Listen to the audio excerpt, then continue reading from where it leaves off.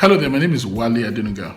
I do a couple of things. I write songs, I lead worship, I'm a pastor, I'm a social entrepreneur, and well, those are the main things that I do.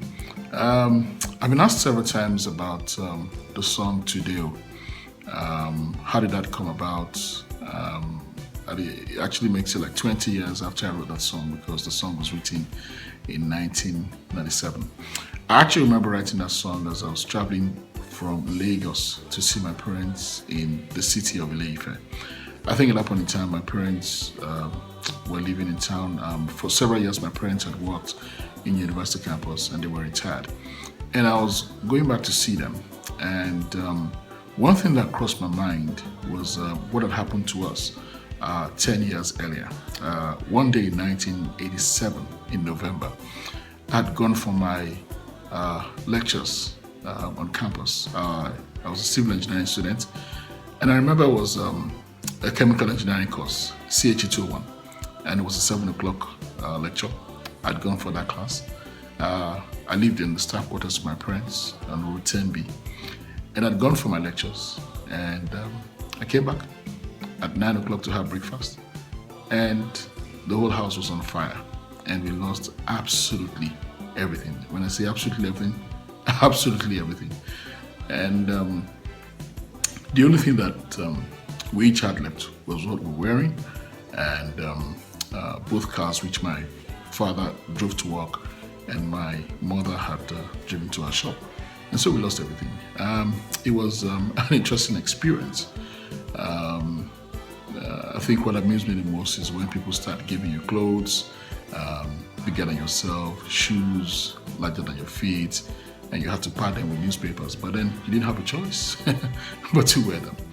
And I thank God for where we are today, because as I wrote that song in that car, what I was actually reminded about was the fact that at that point in time when the house got burnt, there was no one in the family that was a Christian. There was no one in our family that had accepted Jesus Christ as Lord.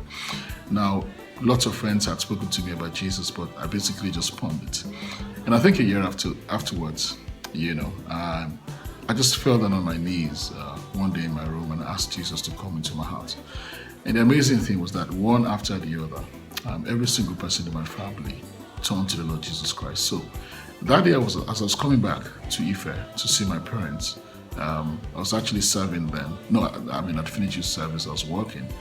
As I was coming back to Ife, I just basically just got reminded about God's faithfulness and His kindness. And this actually serves as a vow to God, telling Him that, look, no matter what I face, I will praise you, Lord. And so which is exactly what amuses me today when people actually change the words of the song and they say, when success comes my way. Well, all I would say really is that I'm not going to change the words. I don't have any revised standard version for the words of that song. And the thing is that, look, what I've come to discover and realize, and I know, is that Jesus does not guarantee us a problem-free life. What He guarantees us is that He guarantees that we'll be overcomers in this life. He says, in this world, in this life, there will be challenges, there will be tribulations, there will be persecutions, but be of good cheer. I have overcome the world. And so, I think what amuses me the most, on another hand, is the different uses to which the song has been put. I get amused many times when I'm watching a football match, which the Super Eagles are playing at. The Nigerian Football Supporters Club, raised that song. It really amuses me.